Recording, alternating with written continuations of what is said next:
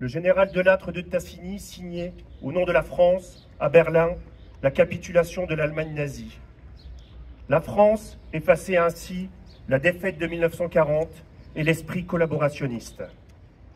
Dès le 18 juin 1940, la République avait dit son refus et sa volonté d'agir pour permettre à la France de retrouver sa place au sein des grandes nations, afin de porter son message universel et humaniste de liberté, d'égalité et de fraternité.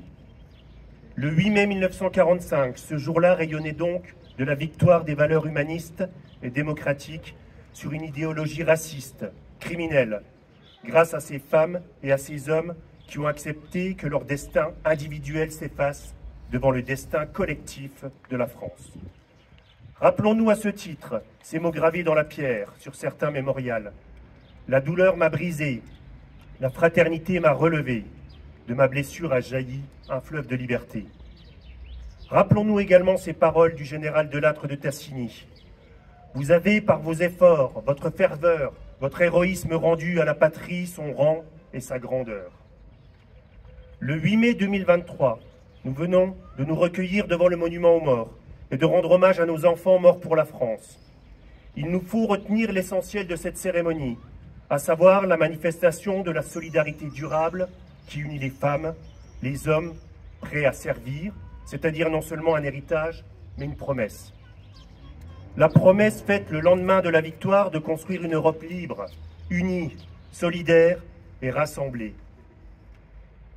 Victor Hugo écrivait « Il faut allumer les grandes dates comme on allume les flambeaux.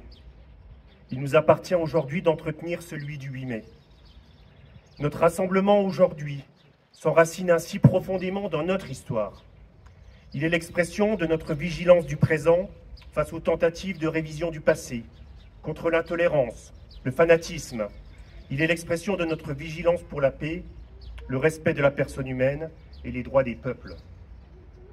Ce jour doit être la fête de la victoire et la fête de la paix. Les leçons de l'histoire sont nombreuses et nous savons bien que la paix n'est pas seulement un état de fait caractérisant les relations internationales.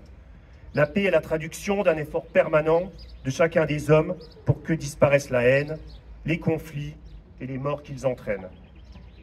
Il nous appartient donc aujourd'hui d'entretenir le flambeau du 8 mai et de le donner à nos tours aux futures générations pour que se cultive encore et toujours l'idée que la liberté et la paix sont des valeurs fragiles, toujours susceptibles d'être remises en cause par la folie des hommes.